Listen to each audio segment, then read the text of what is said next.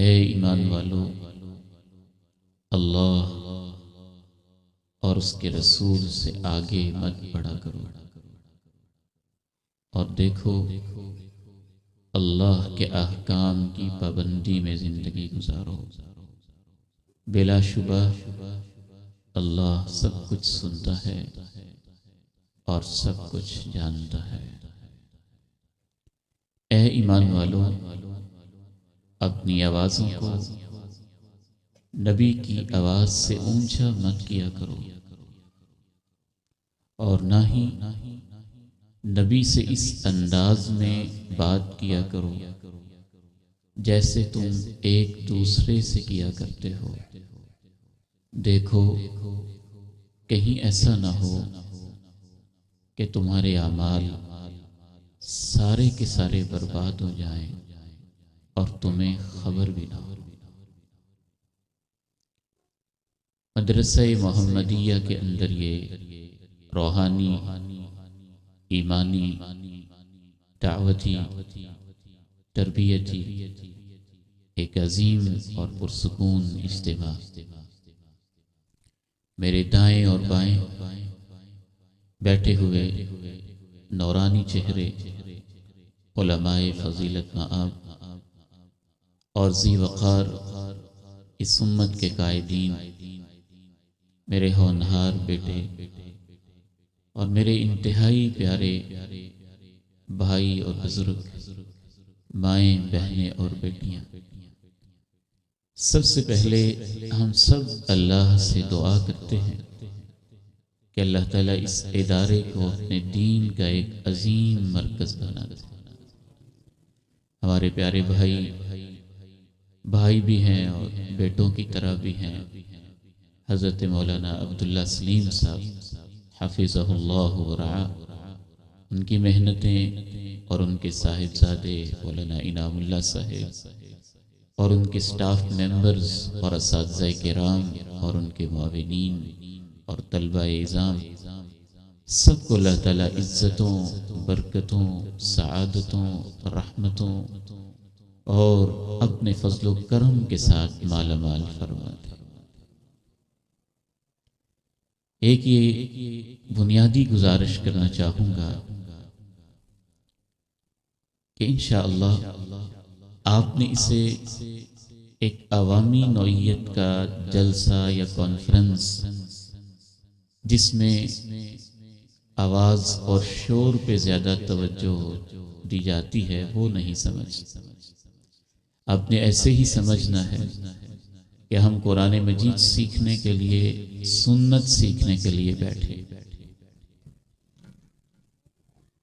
اسی نیت کے ساتھ، اسی احساس کے ساتھ اور اسی انداز کے ساتھ، اور انشاءاللہ تعالی مجھے رب کریم سے امید ہے جتنے ہم خلوص نیت کے ساتھ بیٹھیں گے اتنی ہی اللہ کی رحمتوں کا نزول ہمارے اوپر بڑھتا چلا جائے گا۔ آج کی ہماری ملاقات کا عنوان ہے، آپ کو یاد ہوگا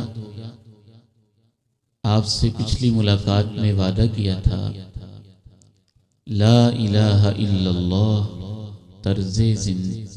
یہ نظریہ زندگی ہے اور محمد الرسول اللہ یہ طرز زندگی ہے۔ گزشتہ ملاقات میں ہم نے لا الہ الا اللہ کو سیکھا تھا، اور آج کی اس ملاقات میں ہم محمد الرسول اللہ صلی اللہ علیہ وسلم کہ آپ پر ایمان کیا ہوتا ہے، اس کے تقاضے کیا ہوتے ہیں، اس کو سیکھیں۔ یا ایھا الذین آمنوا لا تقدموا بین یدی اللہ ورسولہ واتقوا اللہ ان اللہ سمیع علیم۔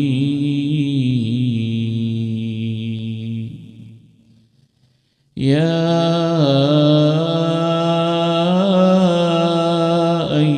الذين آمنوا لا ترفعوا أصواتكم فوق صوت النبي ولا تجهروا له بالقول كجهر بعضكم لبعض أن تحبط أعمالكم وأنتم لا تشعرون.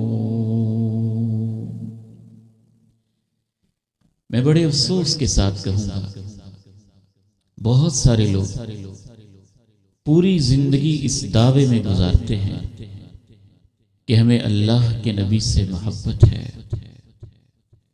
اور وہ سمجھتے ہیں کہ ان کا اللہ کے نبی پر ایمان ہے، لیکن شاید انہیں یہ پتہ ہی نہیں ہوتا کہ اللہ کے نبی پر ایمان لانے کا مطلب کیا ہوتا ہے. بہت سارے لوگ یہ سمجھتے ہیں کہ اللہ کے پیغمبر پہ ایمان لانے کا مطلب صرف اتنا سا ہے کہ آپ کو عظیم سمجھا جائے، دنیا کا ایک بڑا انسان سمجھا جائے، آپ کی ہستی کو عالی شان ہستی سمجھا جائے. یاد رکھیے، یہ ایمان کا ایک حصہ تو ہے، لیکن صرف اسے ایمان نہیں کہتے ہیں. جہاں تک آپ کو صرف عظیم ماننے کی بات ہے، آپ کو عظیم ماننے والے ہندو بھی پائے جاتے ہیں، آپ کو عظیم ماننے والے سکھ بھی پائے جاتے ہیں، آپ کو عظیم ماننے والے انگریز بھی پائے جاتے ہیں. حتیٰ کہ مائیکل ہارٹ جیسا ایک مستشرق انگریز یہاں تک کہ جب 100 انسانوں پہ ایک کتاب لکھتا ہے کہ پوری انسانی تاریخ میں سے میں نے 100 انسانوں کو چھانٹ کے علیحدہ کرنا ہے جنہوں نے دنیا کی تاریخ کے دھارے کو بدلا تھا، پھر ان کی لسٹنگ کرتا ہے، پھر ان کی گریڈنگ کرتا ہے، پھر ان کی درجہ بندی کرتا ہے، تو ٹاپ آف دی لسٹ امام کائنات کا نام لکھتا ہے. جب اس سے سوال کیا جاتا ہے کہ آپ نے پوری انسانی تاریخ میں سے امام کائنات کا نام سب سے اوپر کیوں لکھا ہے، تو اس کا جواب 2 لفظوں میں اور 2 لائنوں میں اتنا سا ہوتا ہے: He was the only man in the history of mankind. انسانی تاریخ کے اندر صرف یہی ایک شخص ہے مجھے نظر آیا who was completely successful، جو پوری طرح کامیاب تھا on the both secular and religious level، جو مذہبی اور دنیاوی دونوں لحاظ سے کامیاب انسان تھا. اس لیے میں نے اس کو عظیم سمجھا اور انسانی تاریخ کے 100 عظیم انسانوں میں سب سے اوپر اس کا نام لکھ دیا. تو کیا وہ مسلمان ہو گیا؟ نہیں ہوا. اتنا کہنے سے اس کو ہم نے مومن مان لیا؟ نہیں. جتنی نعتیں مسلمانوں نے لکھی ہیں بہت ساری تعداد میں ہندوؤں میں نے بھی لکھی، عیسائیوں نے بھی لکھی، انگریزی میں بھی ہیں، عربی میں بھی ہیں، اردو میں بھی ہیں، پنجابی میں بھی ہیں.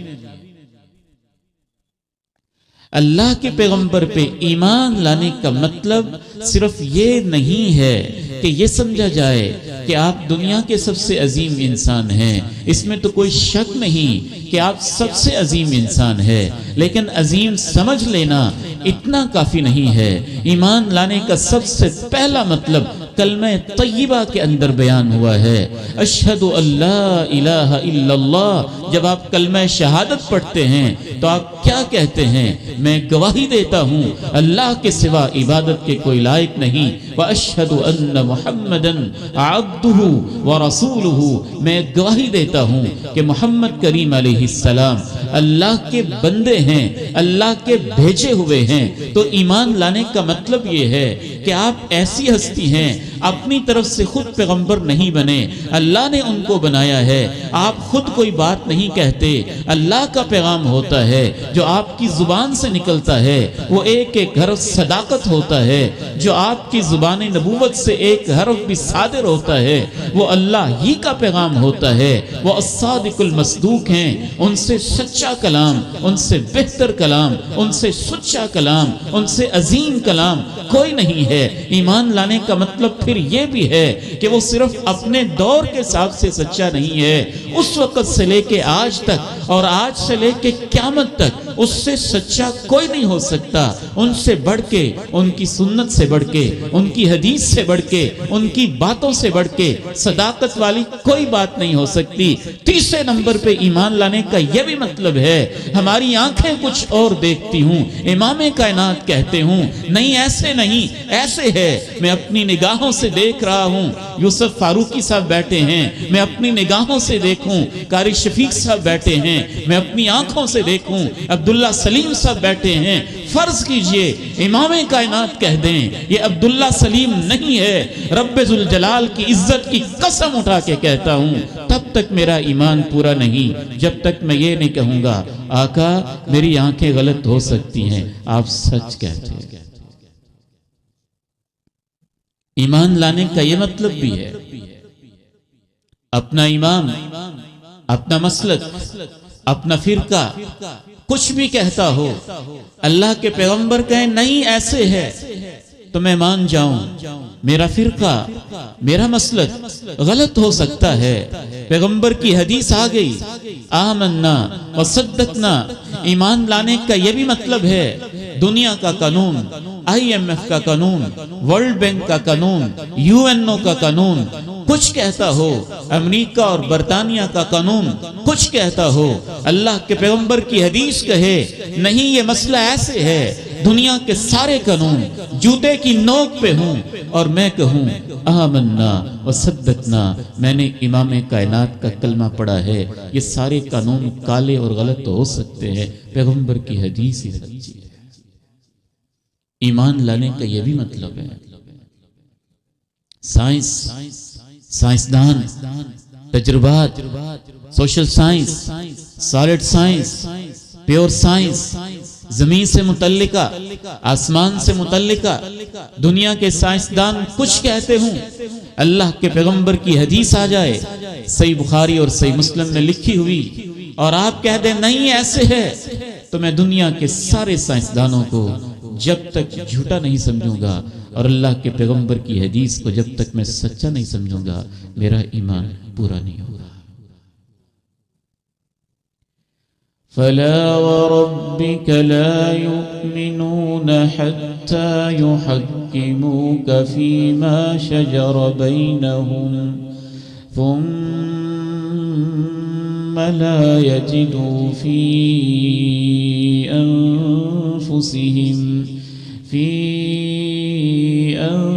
أنفسهم حرجا مما قضيت ويسلموا تسليما۔ کاش آپ اس آیت کو دل میں اتاریں اور بار بار اس کو سنیں۔ فَلَا وَرَبِّكَ لَا يُؤْمِنُونَ حَتَّى يُحَكِّمُوكَ فَلَا وَرَبِّكَ لَا يُؤْمِنُونَ حَتَّى يُحَكِّمُوكَ فِيمَا شَجَرَ بَيْنَهُمْ ثُمَّ لَا يَجِدُوا فِي أَنفُسِهِمْ حَرَجًا مِّمَّا قَضَيْتَ وَيُسَلِّمُوا تَسْلِيمًا۔ نہیں، تیرے رب کی قسم ہے یہ مومن نہیں جب تک کہ اپنے تمام متنازع مسائل میں آپ کے فیصلے کو حرف آخر نہ سمجھیں، نہ صرف یہ کہ حرف آخر سمجھیں، ثم لا يجدوا في انفسهم حرجا مما قضيت، جو آپ فیصلہ کر دیں دل میں تنگی اور انقباض بھی محسوس نہ کریں۔ علماء نے لکھا کہ جو حدیث کو مان تو لیتا ہے لیکن دل ہی دل میں تھوڑا تھوڑا بغض بھی رکھتا ہے کہ اس حدیث کی وجہ سے یہ ہو گیا ہے، اس حدیث کی وجہ سے میرا یہ نقصان ہو گیا ہے، اس حدیث کی وجہ سے مجھے اپنی بہن کو وراثت میں اتنا حصہ دینا پڑ گیا ہے، اس حدیث کی وجہ سے مجھے یہ کرنا پڑ گیا ہے، اس حدیث کی وجہ سے مجھے یہ معاملہ چینج کرنا پڑ گیا ہے۔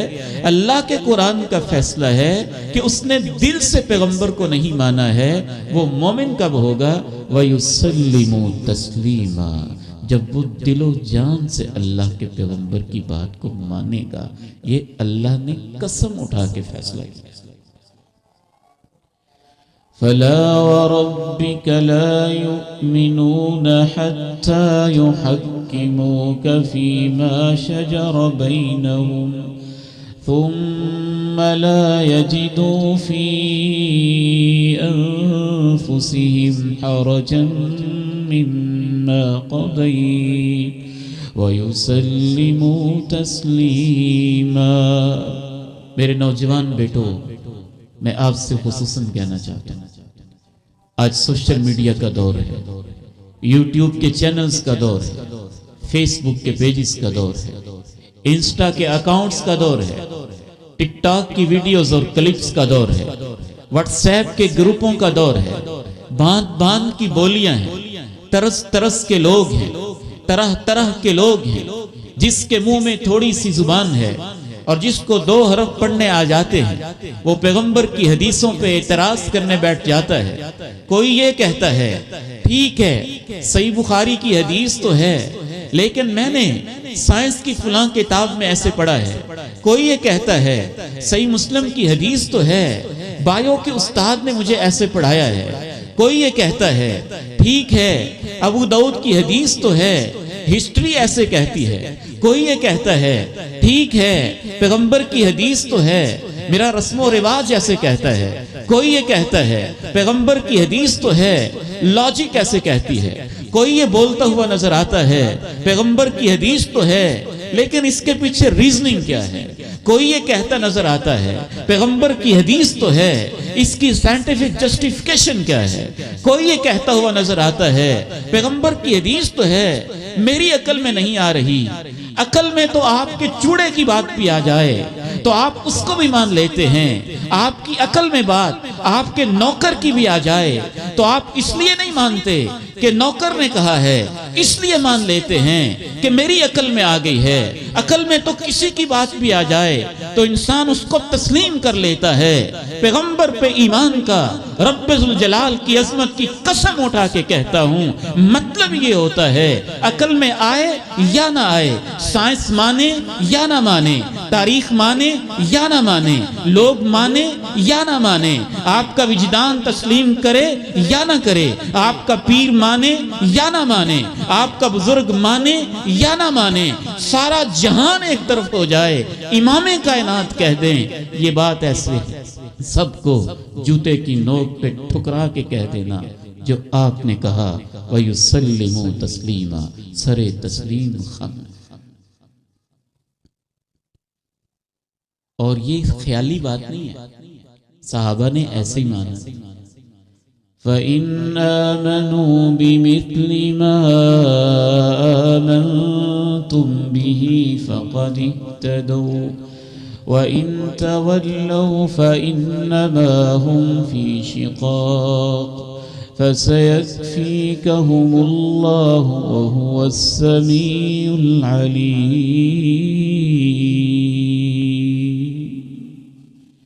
جناب صدیق بیٹھے، مشرکین مکہ بھاگے بھاگے آئے،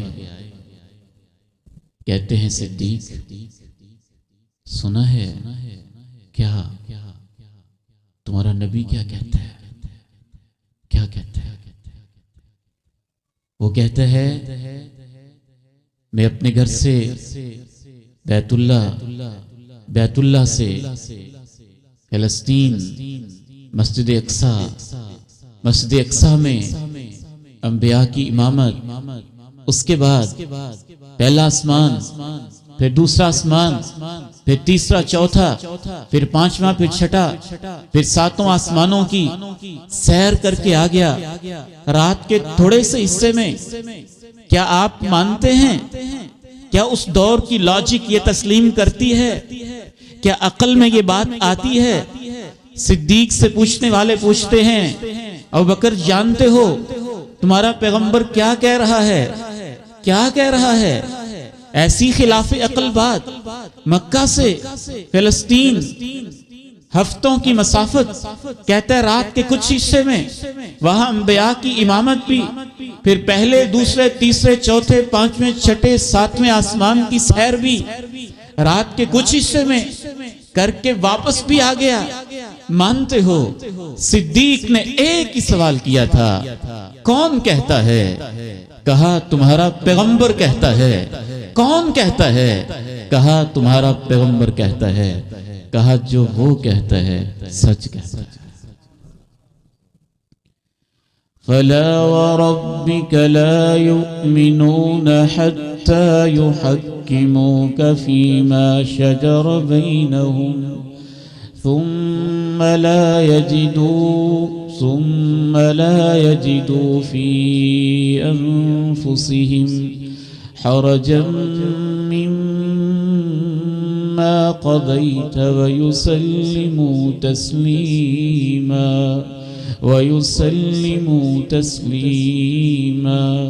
صحیح بخاری اٹھائی، جناب علی رضی اللہ تعالیٰ عنہ کہتے ہیں اللہ کے نبی نے مجھے بھیجا، علی تم جاؤ، ساتھ زبیر کو بھی لے جاؤ اور مقداد کو بھی لے جاؤ۔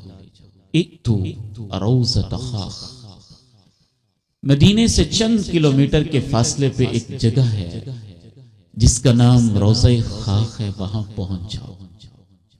جناب علی کہتے ہیں ہم تینوں بڑے شہسوار تھے، گھوڑا دوڑانا بہت جانتے تھے، اور آپ نے کہا کہ علی جب تم وہاں پہنچو گے ان بہا زعینہ ماہا کتاب، وہاں ایک عورت ہوگی، اس کے پاس ایک خط ہوگا، وہ میرے کسی صحابی نے اس کو لکھ دیا ہے غلطی میں، خطا میں آ کے، اور اس خط کے اندر مشرکین مکہ کو اس نے جنگی راز بتا دیا ہے کہ ہم نے کب کیسے حملہ کرنا ہے، تو جنگی راز فاش ہو جائے گا، مسئلہ خراب ہو جائے گا۔ قبل اس کے کہ وہ خط عورت لے کے مکہ پہنچے تم اس سے خط واپس لے کے آؤ۔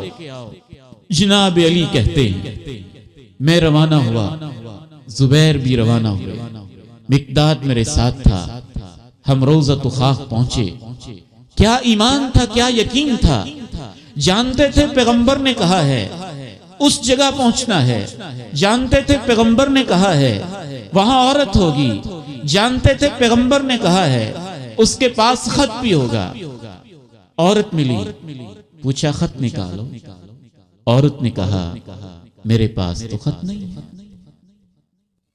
بٹھایا، تلاشی لی، نہ نکلا۔ ایمان کسے کہتے ہیں؟ اب جناب علی کے ذہن میں کیا بات گھوم رہی ہے؟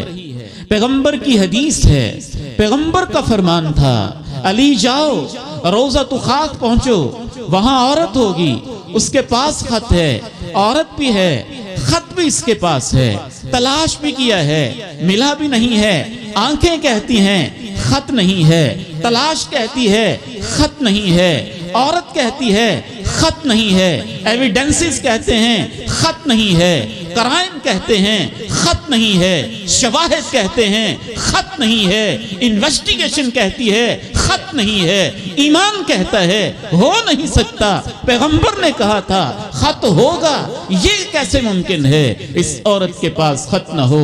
جناب علی ایک لفظ کہتے ہیں لَتُخْرِجِنَّ الْكِتَابَ أَوْ لَنُجَرِّدَنَّكِ وَاللَّهِ مَا كَذَبَ رَسُولُ اللَّهِ، تم جھوٹ بکتی ہو، خط نہیں ہے، پیغمبر نے کہا تھا ہمیں تجھے ننگا بھی کرنا پڑا کر دیں گے، کپڑے اتارنے پڑے اتار دیں گے، خط تیرے پاس سے ملے گا، یہ نہیں ہو سکتا میرے پیغمبر نے کہا ہو اور تیرے پاس خط نہ ہو۔ عقل کیا کہہ رہی تھی؟ خط نہیں ہے۔ تلاشی کیا کہہ رہی تھی؟ خط نہیں ہے۔ عورت کیا کہہ رہی تھی؟ میرے پاس تو نہیں ہے۔ تلاش میں ملا بھی نہیں تھا، ایمان تھا، ایمان پیغمبر نے کہا ہے، امام کائنات نے کہا ہے، صاحب وما ينطق عن الهوى نے کہا ہے، یہ ہو نہیں سکتا پیغمبر کی سنت اور حدیث ہو اور واقعات کے خلاف ہو جائے۔ ہماری تلاشی میں کمی ہے، عورت جھوٹ بول رہی ہے، خط اسی کے پاس سے ملے گا۔ صحیح بخاری میں الفاظ ہیں جب جناب علی نے یہ دھمکی دی کہ خط تو تیرے پاس ہی ہے، پیغمبر کی بات جھوٹی نہیں ہو سکتی، تو اس عورت نے اپنے بالوں کی مینڈیاں کھولیں اور مینڈیاں کھول کے اندر سے کہا یہ خط ہے جو تمہارے پیغمبر نے کہا تھا۔ وَمَا يَنطِقُ عَنِ الْهَوَىٰ إِنْ هُوَ إِلَّا وَحْيٌ يُوحَىٰ علمه شديد القوى ذو مرة فاستوى وهو بالأفق الأعلى ثم دنا فتدلى فكان قاب قوسين أو أدنى فأوحى إلى عبده ما أوحى۔ جناب ابو ذر رضی اللہ تعالی عنہ وارضاہ، صحیح ابن حبان کی حدیث ہے، امام حاکم نے اسے مستدرک میں بھی بیان کیا، مرض الموت میں ہے، موت و حیات کی کشمکش میں ہے، ان کی اہلیہ سرہانے بیٹھے رو رہی ہیں، پوچھتے ہیں کیوں روتی ہو؟ بیگم کہتی ہے ابو ذر میں روؤں نہ تو کیا کروں، انک تموت بارض فلات، آپ ایک صحرا کے اندر فوت ہو رہے ہیں، ولا اجد ما اکفنک بہ، اور تمہارے گھر میں وہ ویرانہ ہے کہ ابو ذر تیرے گھر کے اندر تو تجھے کفن دینے کے لیے چادر کا انتظام بھی نہیں ہے، اگر تم فوت ہو گئے اس صحرا کے اندر، ہمسایہ بھی کوئی نہیں، کپڑا بھی کوئی نہیں، چادر بھی کوئی نہیں، تو میں تیرے کفن کا انتظام کیسے کروں گی؟ جدائی کا غم اپنا ہے، تنہائی کا غم اپنا ہے، کفن دفن کے انتظامات کا غم اپنا ہے، ابو ذر میں روؤں نہ تو کیا کروں؟ ایمان کیا ہوتا ہے؟ ہم آج سمجھ رہے ہیں ایمان کیا ہوتا ہے۔ جناب ابو ذر رضی اللہ تعالی عنہ نے کہا اللہ کی بندی پریشان ہونے کی بات نہیں ہے، ہم چند ساتھی بیٹھے ہوئے تھے اور اللہ کے پیغمبر نے کہا تھا کہ تم میں سے ایک بندہ ایسا ہے جو اکیلا ہی صحرا کے اندر فوت ہوگا، مسلمانوں کی ایک جماعت گزرے گی اور وہ کفن دفن کا انتظام اس کے لیے کرے گی۔ اس مجلس میں ہم جتنے لوگ بیٹھے تھے سارے ہی کسی نہ کسی محلے میں، کسی نہ کسی آبادی میں فوت ہوئے ہیں اور سب فوت ہو چکے ہیں۔ پیغمبر کی جو بات ہوتی ہے سچ ہوتی ہے، پیغمبر کی حدیث سچ ہوتی ہے، پیغمبر کی پریڈکشن سچ ہوتی ہے، پیغمبر کی پیشگوئی حق پہ مبنی ہوتی ہے۔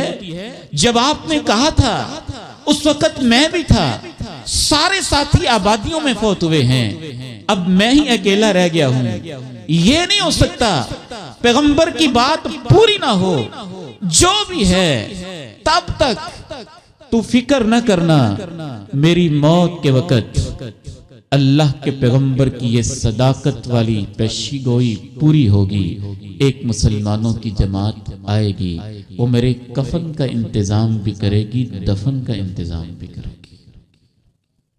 بیگم کہتی ہے ابو ذر اس صحرا میں وہ جماعت کہاں سے آئے گی؟ حج کے قافلے تو گزر چکے، ہم ایک ویرانے میں ہیں، یہاں اب کس نے آنا ہے؟ یقین ایسا ہے، کہا جاؤ دیکھو تو صحیح، ٹیلے پہ چڑھ کے وہ آتی ہوگی، گئی ٹیلے پہ چڑھ کے دیکھا، پیچھے سے خامن کی فکر ہوئی، بیماری کے عالم میں پھر واپس آئی، کہا کوئی جماعت نہیں ہے، کہا نہیں مجھے یقین ہے، پیغمبر نے کہا، سچ کہا، برحق کہا، مسلمانوں کی جماعت آتی ہوگی، وہ میرے کفن دفن کا انتظام کرے گی۔ دوبارہ چلی جاتی ہے، مسلمانوں کا ایک گروہ گزر رہا ہوتا ہے اور وہ ان سے پوچھتی ہے، بلکہ وہ ان سے پوچھتے ہیں اے اللہ کی بندی تم کہاں؟ وہ ان سے کہتی ہے کیا تم میرے میاں کی خبر لے سکتے ہو؟ تمہارا میاں کون ہے؟ وہ کہتی ہے ابو ذر۔ وہ کہتے ہیں صاحب رسول اللہ، ابو ذر وہ اللہ کے پیغمبر کا ساتھی۔ جیسے ہی وہ پاس پہنچتے ہیں جناب ابو ذر اپنی جان جاں آفری کے سپرد کر دیتے ہیں، اور مسلمانوں کا وہ قافلہ ابو ذر کے کفن کا بھی انتظام کرتا ہے اور دفن کا بھی انتظام کرتا ہے۔ وَمَا يَنطِقُ عَنِ الْهَوَىٰ إِنْ هُوَ إِلَّا وَحْيٌ يُوحَىٰ عَلَّمَهُ شَدِيدُ الْقُوَىٰ ذُو مِرَّةٍ فَاسْتَوَىٰ وَهُوَ بِالْأُفُقِ الْأَعْلَىٰ ثُمَّ دَنَا فَتَدَلَّىٰ فَكَانَ قَابَ قَوْسَيْنِ أَوْ أَدْنَىٰ فَأَوْحَىٰ إِلَىٰ عَبْدِهِ مَا أَوْحَىٰ۔ میرے پاس وہ چیز نہیں ہے جس سے میں اپنا سینہ چیر کے آپ کو دکھاؤں کہ یہاں کتنے زخم ہیں کہ 2 ٹکے پڑا ہوا بندہ بھی کہتا ہے حدیث ہے، میری رائے یہ ہے، حدیث ہے لیکن میرا خیال یہ ہے۔ اچھا یہ مولانا صاحب حدیث تو ہے لیکن میرا اوپینین یہ ہے۔ اچھا یہ حدیث ہے لیکن میرا خیال یہ کہتا ہے، یہ حدیث ہے لیکن میرا مسلک یہ کہتا ہے، یہ حدیث ہے لیکن میرا فرقہ یہ کہتا ہے۔ جناب ابو بکر صدیق رضی اللہ تعالی عنہ یہاں تک کہا کرتے تھے اللہ کی قسم ہے اگر اللہ کے پیغمبر کی حدیث کے سامنے صدیق بھی اپنی رائے پہ عمل کرے گا تو صدیق اللہ کے دین کے راستے سے ٹیڑھا ہو کے مرے گا۔ اس کے اوپر تعلیق لگاتے ہوئے امام ابن بطہ، امام ذہبی جیسے ائمہ اہل سنت نے کہا اگر آپ کسی شخص کو حدیث پیش کریں اور وہ حدیث کے مقابلے میں یہ کہے کہ میں قرآن کی آیت خواہ مخواہ اپنی طرف سے مطلب بنا کے پیش کر رہا ہو تو قرآن اور حدیث کا ٹکراؤ نہیں، وہ قرآن کا مطلب غلط بیان کر رہا ہے۔ سمجھ لیجئے گا اگر وہ کہتا ہے حدیث نہیں میں اپنی عقل کے مطابق بس قرآن کی اپنی مرضی کی کوئی تفسیر پیش کر رہا ہے تو وہ گمراہ ہو رہا ہے۔ پیغمبر کی حدیث اور اللہ کے قرآن کی آیت ٹکراتی نہیں ہیں، ان میں آپس میں اختلاف نہیں ہو سکتا ہے، ان کا منبع ایک ہے، ان کا سرچشمہ ایک ہے۔ تم آیت کا مطلب غلط سمجھ رہے ہو یا اس کی تفسیر غلط بیان کر رہے ہو۔ آگے بڑھتے ہوئے انہوں نے یہاں تک کہا اگر ایک شخص یہ کہے کہ یہ حدیث ہے لیکن میری عقل یہ کہتی ہے تو فتویٰ لگا دینا تمہاری عقل نہیں، تم ابو جہل ہو۔ اور اگر کوئی تیسرا شخص کہے حدیث یہ کہتی ہے لیکن میرا وجدان، میرا پیر، میرا ذوق یہ کہتا ہے تو تم کہہ دینا حدیث کے مقابلے میں اپنا وجدان پیش کرنے والا ابلیس ہے جو انسانی شکل کے اندر نظر آ رہا ہے۔ اہل ایمان وہ ہوتے ہیں وَيُسَلِّمُ تَسْلِيمًا جو حدیث کے سامنے سر تسلیم خم کر دیتے ہیں۔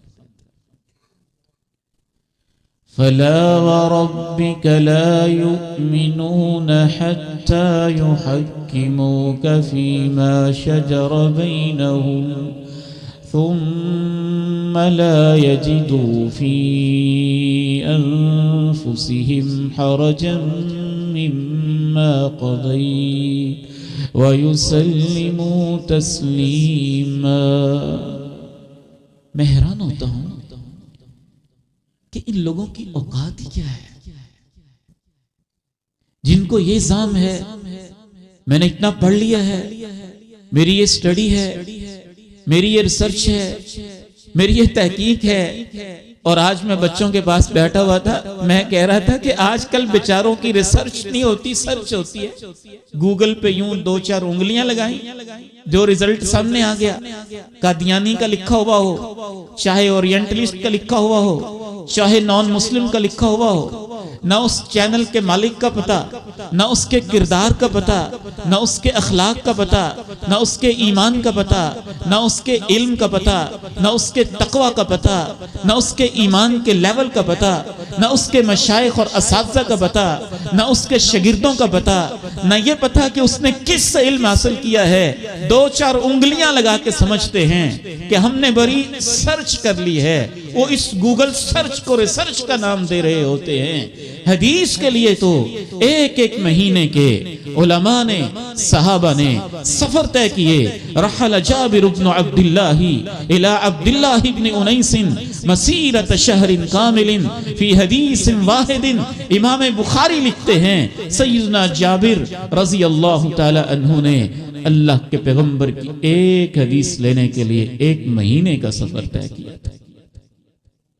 امام ابن قدامہ المقدسی رحمہ اللہ اپنے بارے میں کہتے ہیں وَلَقَدْ بُلْتُ الدَّمَ مَرَّتَيْنِ مَرَّةً بِبَغْدَادَ وَمَرَّةً بِالْحِجَازِ۔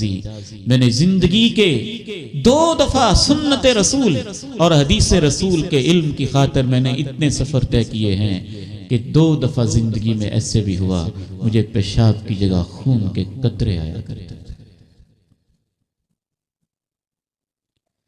پوری زندگی مدارس میں بیٹھ کے جو قال رسول اللہ پڑھاتے ہیں، چین آف نیریٹرز کو جانتے ہیں، راویوں کو جانتے ہیں، ان کے حالات کو جانتے ہیں، سلسلہ سند کو جانتے ہیں، جرح و تعدیل کو جانتے ہیں، اسماء الرجال کو جانتے ہیں، علل الحدیث کو جانتے ہیں، ایک ایک راوی کے حالات کو جانتے ہیں، حتیٰ کہ سپرنگر جیسے مستشرق شخص بھی یہ کہنے پہ مجبور ہو گئے مسلمان وہ ہیں جنہوں نے اپنے پیغمبر کی حدیثوں کی حفاظت اتنی کی کہ انہوں نے اپنے پیغمبر کی ایک ایک حدیث کی حفاظت کے لیے 40,000 انسانوں کے حالات بھی محفوظ کر دی۔ جس نے بتایا کہ تمہارے پیغمبر نے یہ بات کہی ہے اس راوی کے حالات بھی امت نے محفوظ کر دی۔ ہمارے شیخ شہید اسلام ڈاکٹر عبدالرشید اظہر رحمہ اللہ رحمتاً واسعہ کہا کرتے تھے کہ اس امت نے تو پیغمبر کی حدیثوں کی اتنی حفاظت کی ہے اور آپ کا بایو ڈیٹا اور آپ کے حالات اور آپ کی صبحیں اور آپ کی شامیں، آپ کی دوپہریں اور آپ کی راتیں، آپ کی خلوتیں اور آپ کی جلوتیں، آپ کی ادائیں اور آپ کی سنتیں، آپ کے اوامر اور آپ کے نواہی، آپ کے احکام اور آپ کے جتنے بھی ارشادات عالیہ ہیں، ان کی حفاظت اس امت نے دل و جان کے ساتھ، اس طریقے کے ساتھ، اس منہج کے ساتھ، اس پیٹرن کے ساتھ، اس رسوخ علمی کے ساتھ اس لیول پہ جا کے حفاظت کی ہے کہ آج حدیث کا ایک ادنا سا طالب علم آپ اس سے یہ پوچھیں جب رات کے 3 بجے ہوتے تھے، ماں جی عائشہ کا حجرہ ہوتا تھا، رات کی تاریکیاں چھائی ہوتی تھیں، ہر طرف اندھیرے ہوتے تھے اور اللہ کے پیغمبر سجدے کی حالت میں ہوتے تھے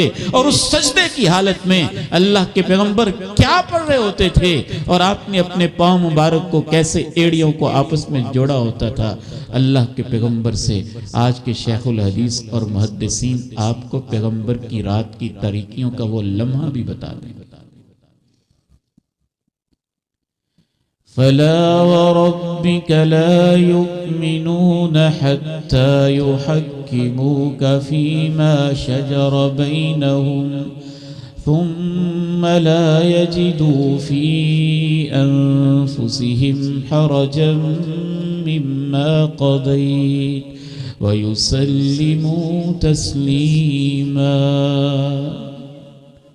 تھوڑا اور آگے بڑھیے، آپ پہ ایمان کا صرف اتنا ہی مطلب نہیں ہے کہ آپ کی ہر حدیث پہ یقین ہو، اس سے آگے بڑھیے، یہ بھی مطلب ہے کہ اس کے سامنے سر تسلیم خم ہو، اور یہ بھی مطلب ہے کہ کمال ادب کے ساتھ، کمال محبت کے ساتھ، کمال عاجزی کے ساتھ، دل کی ورفتگی کے ساتھ، نگاہوں کے جھکاؤ کے ساتھ، اور سر کے بالوں سے لے کے پاؤں کے تلووں تک پورے جسم کے ایک سراپے تسلیم کے ساتھ اس حدیث کو اس انداز سے مانا جائے کہ اس کے سامنے انسان چونکہ چنانچہ ایسے اور ویسے، یہ اور وہ، فلاں اور اللہ، فلاں اور فلاں، اس طرح کی نہ صرف یہ کہ بات نہ کرے بلکہ اس کے لبوں پہ ایک خاموشی سی طاری ہو جائے۔ اور یہ ادب بھی میں نہیں کہہ رہا، اللہ کے قرآن کا 26واں پارہ ہے، سورہ حجرات ہے، اور جو آیت میں نے شروع میں پڑھی تھی اس کے اندر یہ ادب اس انداز میں بتایا گیا ہے کہ میں سچی باتیں سوچتا ہوں تو سر پکڑ کے حیران رہ جاتا ہوں کہ اللہ تعالی ہمیں اپنے پیغمبر کا کتنا گہرا ادب سکھا رہے ہیں اور حدیث کا کس لیول پہ ادب سکھا رہے ہیں۔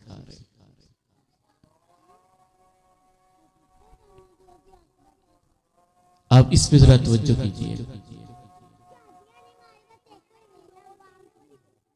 اذان کا جواب دیتے ہیں اور اس کے ساتھ میں انشاءاللہ پھر اپنی گفتگو کو پورا کرتا ہوں۔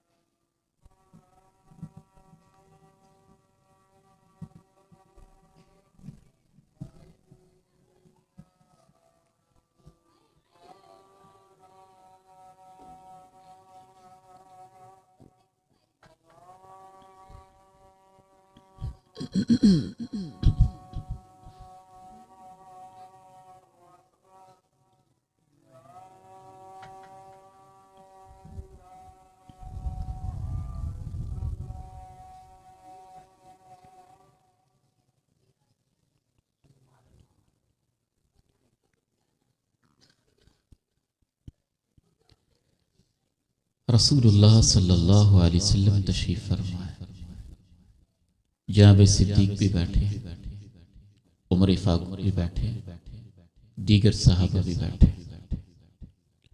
بنو تمیم کا قافلہ آتا ہے اور آپ مشورہ کرتے ہیں کہ ان کا امیر کس کو مقرر کیا جائے۔ جناب صدیق رضی اللہ تعالی عنہ کہتے ہیں امر الاقرع ابن حابس، آپ اقرع بن حابس التمیمی کو، سمجھدار آدمی ہے، ان کا امیر مقرر کرتے ہیں۔ جناب عمر رضی اللہ تعالی عنہ کہتے ہیں میرا مشورہ تو یہ ہے کہ آپ فلاں کو مقرر کرتے ہیں۔ جناب صدیق بڑے تھے، بزرگ تھے، ناراض ہو جاتے ہیں، کہتے ما اردت الا خلافی، عمر تم نے میرے مخالف ہی رائے دینی ہوتی ہے، میں اس کو کہہ رہا ہوں آپ اس کو کہہ رہے ہیں۔ جناب عمر کہتے ہیں واللہ ما اردت خلافک، اللہ کی قسم میری اپنی رائے ہے، میں نے آپ کی مخالفت نہیں کرنا چاہی، بس ایک مشورہ دیا ہے۔ تھوڑے ناراض ہو جاتے ہیں صدیق، آوازیں اونچی ہو جاتی ہیں۔ جب آوازیں اونچی ہو جاتی ہیں تو صحیح بخاری میں اس روایت کے یہ الفاظ ہیں کاد الخیران ان یہلکا، عرش والا رب یہ منظر دیکھ رہا ہے، میرے پیغمبر کی موجودگی میں صدیق اور فاروق کی آواز اونچی ہو رہی ہے۔ راوی کہتا ہے قریب تھا کہ پیغمبر کی موجودگی میں آواز اونچی کرنے کی وجہ سے جناب صدیق اور فاروق کی پوری زندگی کے اعمال ہی ضائع ہو جاتے۔ یا ایھا الذین آمنوا لا ترفعوا اصواتکم فوق صوت النبی ولا تجهروا له بالقول كجهر بعضكم لبعض أن تحبط أعمالكم وأنتم لا تشعرون۔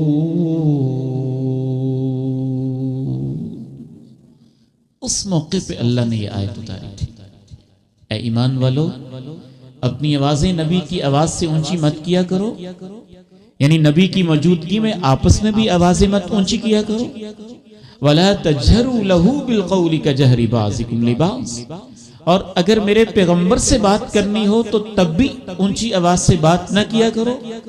أَن تَحْبَطَ أَعْمَالُكُمْ وَأَنْتُمْ لَا تَشْعُرُونَ، یہ ادب کا اتنا مقام ہے، اگر میرے پیغمبر کی موجودگی میں تمہاری آوازیں اونچی ہو گئی تو کہیں ایسے نہ ہو تمہاری پوری زندگی کے اعمال ہی ضائع ہو جائے۔ دیکھیں انسان عمل نہ کر سکتا ہو اور بات ہے،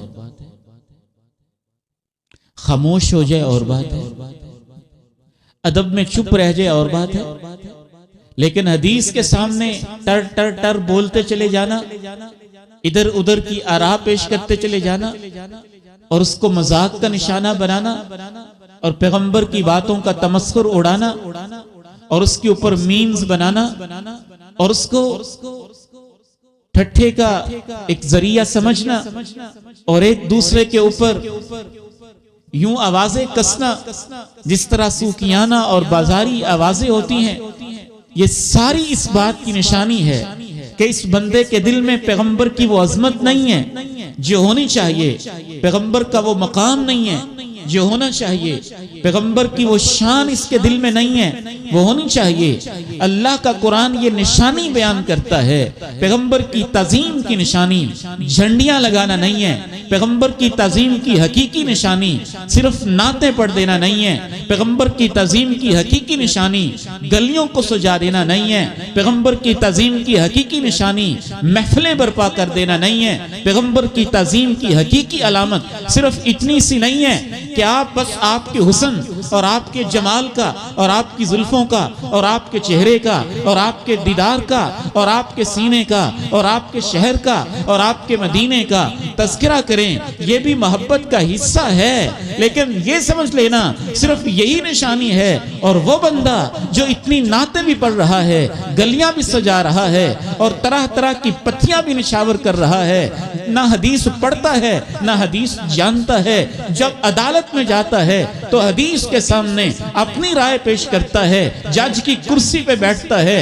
تو حدیث کے ہوتے ہوئے فیصلہ اپنی مرضی کا کرتا ہے، فقہی مسئلے پہ عمل کرتا ہے تو حدیث کے ہوتے ہوئے اپنے امام کی رائے پہ عمل کرتا ہے، کسی پیر کے پاس جاتا ہے تو حدیث کے ہوتے ہوئے حدیث کو سائڈ پہ کر کے بس بزرگوں کی باتیں ہی کرتا رہتا ہے، تو اس بات کی علامت ہے کہ اس نے پیغمبر کو جتنا عظیم سمجھنا چاہیے، جو ان کی بات کا مقام بنتا تھا اس نے مقام نہیں دیا۔ اللہ کا قرآن کہتا ہے اگر تم یہ جاننا چاہتے ہو کہ تمہارے دلوں میں واقعتاً ایمان اور تقوی موجود ہے تو اس کی علامت یہ ہے کہ پیغمبر کی حدیث کے سامنے اور پیغمبر کے سامنے تمہاری آوازیں خاموش ہو جانی چاہیے۔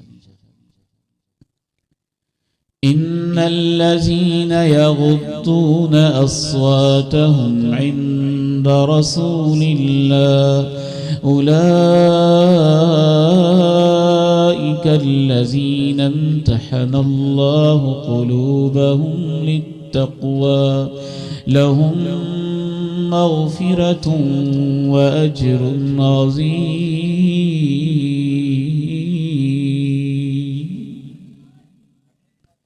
آخری چند منٹ کے اندر میں خلاصے کی طرف بڑھتا ہوں، اور یہ بھی صرف فرضی باتیں نہیں ہیں، ہم تو عمل کے بڑے کمزور لوگ ہیں۔ صحابہ نے تو واقعتاً حدیث کا ایسے اور سنت کا ایسے احترام کر کے دکھا۔ آپ تشریف رکھتے ہیں، ایک آدمی بیٹھا ہوا ہے اور اس نے سونے کی انگوٹھی پہنی ہوئی ہے، اللہ کے پیارے نبی علیہ السلام انگوٹھی کو پکڑتے ہیں اور زمین کی طرف پھینک دیتے ہیں، آپ تشریف لے جاتے ہیں، صحابہ کہتے ہیں کہ انگوٹھی تم مرد ہو، مردوں کے لیے حرام ہے، انگوٹھی پکڑ لو، عورت کو دی جا سکتی ہے، گھر میں دی جا سکتی ہے، بیچا جا سکتا ہے، وہ تو حرام نہیں ہے۔ صحابہ کے دل میں حدیث کا اتنا احترام ہوتا تھا کہ وہ صحابی کہتا ہے کیف آخذ خاتما طرحہ رسول اللہ صلی اللہ علیہ وسلم، امام کائنات نے اپنے ہاتھ سے پکڑ کے جس انگوٹھی کو زمین پہ رکھ دیا ہے، میرے ہاتھوں میں اس کو اٹھانے کی جرات نہیں ہے۔ جناب جابر رضی اللہ تعالی عنہ بیان کرتے ہیں، امام کائنات خطبہ ارشاد فرما رہے ہیں اور آپ جو مسجد کے اندر حاضرین ہیں ان سے کہتے ہیں اجلسو، بیٹھ جاؤ۔ جناب عبداللہ ابن مسعود رضی اللہ تعالی عنہ بھی مسجد کی طرف آ رہے ہیں، ابھی اندر داخل نہیں ہوئے، مسجد کے دروازے پہ پہنچے تھے، آواز ان کے کانوں سے ٹکراتی ہے۔ جب آواز کانوں سے ٹکراتی ہے، حدیث کا احترام، صحابہ کی بھی کیا شان اور کیا مقام ہے، ان کے دلوں میں تقویٰ کی کیفیت کیا تھی، ایک قدم آگے نہیں چلتے، دروازے پہ ہی بیٹھ جاتے ہیں۔ ایک دوسری روایت کے اندر یہ بھی وضاحت آتی ہے کہ آپ پوچھتے ہیں تم وہاں کیوں بیٹھ گئے، تو اپنے زبان حال سے کہتے ہیں پیغمبر کی زبان سے یہ سننے کے بعد بیٹھ جاؤ، میرا قدم آگے کیسے چل سکتا تھا۔ فلا وربك لا يؤمنون حتى يحكموك فيما شجر بينهم ثم لا يجدوا في أنفسهم حرجا مما قضيت ويسلموا تسليما۔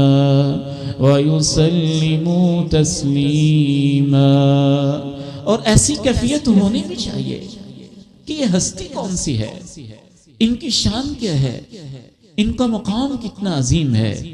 اللہ رب العزت نے اپنے قرآن میں ان کے تذکرے کس طرح سے کیے ہیں۔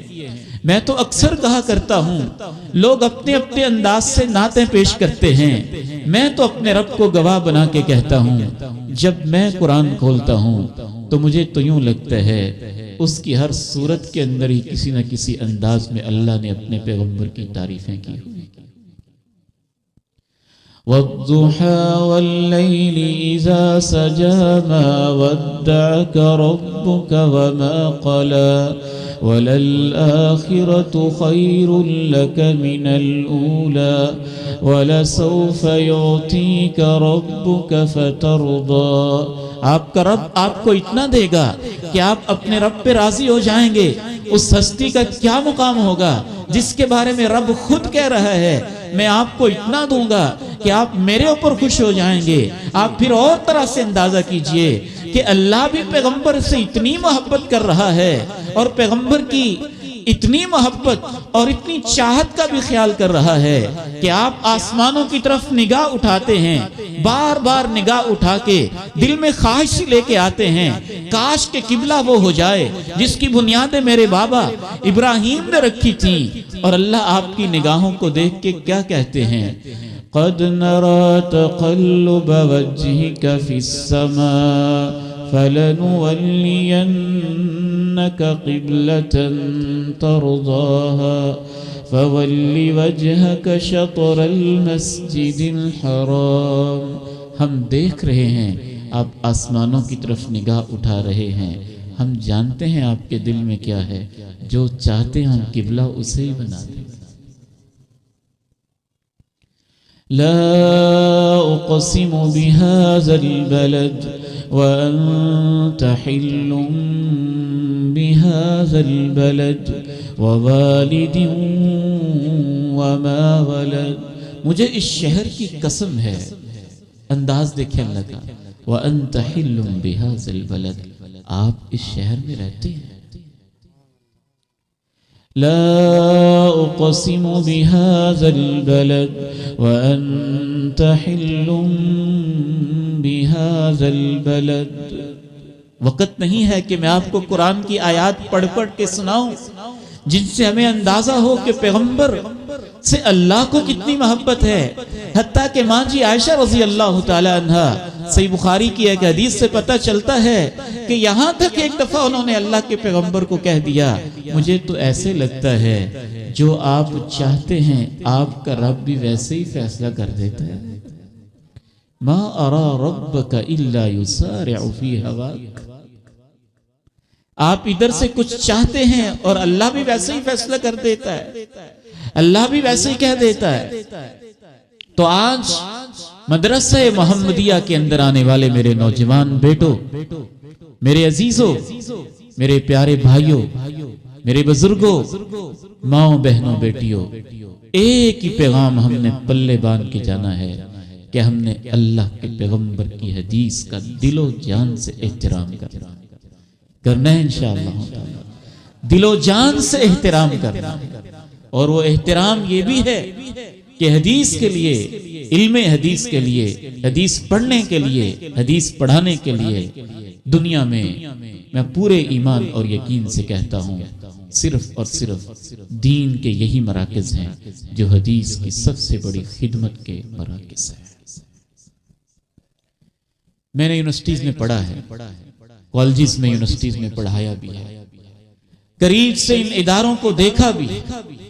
اللہ کی قسم ایک طالب علم پہلی کلاس سے لے کے بلکہ نرسری اور کے جی سے لے کے پی ایچ ڈی تک 25 سال بھی مدرسے سے ہٹ کے کالج یونیورسٹی میں لگا دے تو اتنی حدیثیں نہیں پڑھتا جتنی حدیثیں مدرسے کا طالب علم صرف دوسری کلاس میں پڑھ لیتا ہے.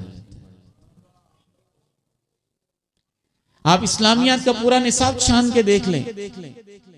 ایف اے میں اسلامیات الیکٹیو میں کیا پڑھایا جا رہا ہے, بی ایس پورا 4 سالہ یونیورسٹی کا نصاب ہے, اور 4 سالہ نصاب کے اندر کتنی حدیثیں ہیں, اور پھر ایم اے کے نصاب میں کتنی حدیثیں ہیں, اور پی ایچ ڈی کے نصاب میں کتنی حدیثیں ہیں, اور ایم فل کے نصاب میں کتنی حدیثیں ہیں. وہ آپ کمپیریزن کرتے ہوئے اکٹھی کر لیں. جتنی حدیثیں بی ایس کے 4 سال میں پڑھے گا, پھر اس کے بعد ایم فل کے 2 سال کے اندر پڑھے گا, پھر پی ایچ ڈی کے سٹڈی والے 1 سال کے اندر بچہ پڑھے گا, 6-7 سال کے اندر اتنی حدیثیں مدرسے کا طالب علم صرف دوسری کلاس میں بلوغ المرام میں اس سے زیادہ پڑھے گا. یہ دین کے ادارے جنہوں نے اپنے آپ کو حدیث کے لیے, قرآن کے لیے مختص کیا ہوا ہے, اور اللہ تعالیٰ ان اداروں کو سلامت رکھے. دین کے علم کی ٹھوس بنیادیں اور تربیت اور حدیث پہ ایمان اور یقین اور اللہ کے پیغمبر کے ادب اور احترام اور شان کی مثالیں انہی اداروں کے اندر قائم ہوتی ہیں. یہی سلف صالحین کی روایات کے امین ہیں.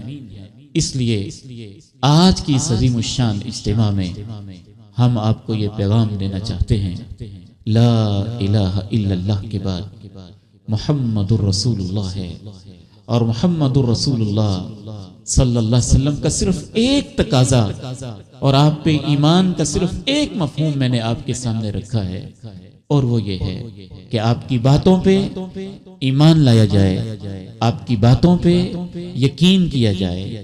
یہ تحقیق ضروری ہے کہ واقعتاً حدیث ہے, من گھڑت نہ ہو, ضعیف نہ ہو, خود ساختہ نہ ہو, لوگوں نے اپنی طرف سے جھوٹی گھڑی ہوئی نہ ہو.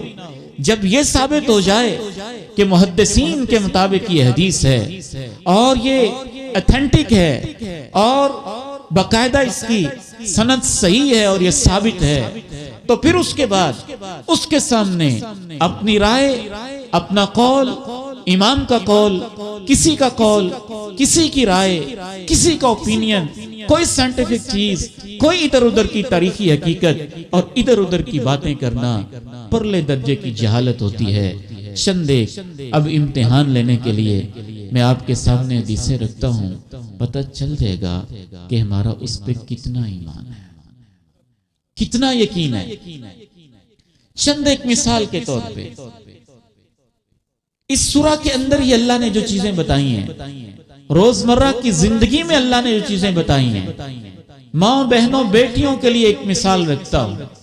ماں جی عائشہ رضی اللہ تعالیٰ عنہ کہتی ہیں, انصار کی عورتوں پہ اللہ رحم کرے, مدینے کی عورتیں بھی کیا عورتیں تھیں, ادھر سے جب رات اللہ کے پیغمبر پہ یہ آیت اتری یدنین علیہن من جلابیبہن کہ عورتوں سے کہہ دیں کہ پردہ کیا کریں اور گھونگھٹ لٹکایا کریں، تو مدینے کی عورتیں، آپ اندازہ کیجئے مدینے میں انڈسٹریل ایریا نہیں تھا، پورا عرب ایریا ہی اس دور میں انڈسٹریل نہیں تھا، انڈسٹری یمن میں ہوتی تھی، بحرین میں ہوتی تھی، اور کپڑا وہیں سے امپورٹ کیا جاتا تھا، اور مدینہ میں اور مکہ میں تو کپڑوں کا بحران ہوتا تھا، اس حد تک بحران کہ ایک صحابیہ نے اللہ کے پیغمبر سے یہاں تک پوچھا تھا اگر ہمارے پاس عیدگاہ میں جانے کے لیے چادر پوری موجود نہ ہو تو ہم کیسے جائیں؟ تو آپ نے کہا تھا لِتُلْبِسْهَا صَاحِبَتُهَا کہ جو سہیلی کی چادر موجود ہے، بہن کی ماں کی چادر موجود ہے، اس کے اندر ہی دو عورتیں یوں سمٹ کے آ جایا کریں، لیکن عید میں آیا کریں۔ ماں جی عائشہ کہتی ہیں انصار کی عورتوں میں اتباع قرآن و حدیث کا اتنا جذبہ تھا، رات آیت اترتی ہے، راتوں رات ہی مدینے کے اندر پتہ نہیں کیسے کیسے چادروں کا انتظام کیا جاتا ہے، کیسے کیسے دھاگے کا انتظام ہوتا ہے، کیسے کیسے سلائی کا انتظام ہوتا ہے۔ فجر کی نماز میں عورتیں آتی ہیں تو ساری کی ساری صحابیات انصار کی خواتین پردہ کر کے مسجد نبوی کے اندر آتی ہیں۔ آگے بڑھی، امتحان اور بھی ہیں۔ پیغمبر کی حدیثوں کے سامنے ہمارا رد عمل کیا ہوتا ہے؟ امام کائنات تو یہاں تک کہتے ہیں لعن اللہ المتشبہین من الرجال بالنساء والمتشبہات من النساء بالرجال، اللہ کی لعنت ہے ان عورتوں پہ جو مردوں کی طرح بنتی ہیں، اور اللہ کی لعنت ہے ان مردوں پہ جو عورتوں کی طرح بنتے ہیں۔ اور آج پوری کی پوری ایک تحریک ہے کہ مرد کو آزادی دی جائے، وہ عورت کی طرح بننا چاہتے ہے تو اسے بننے دیا جائے، عورت کو آزادی دی جائے، وہ مرد کی طرح بننا چاہتی ہے تو بنے۔ اللہ کے نبی علیہ السلام کی ایک اور حدیث سن لیجئے، آپ فرماتے ہیں صوتان ملعونان رنۃ عند نعمت رنۃ عند مصیبت ومزمار عند نعمت، دو آوازیں جب آتی ہیں تو ان آوازوں کے اوپر اللہ کی لعنت برس رہی ہوتی ہے۔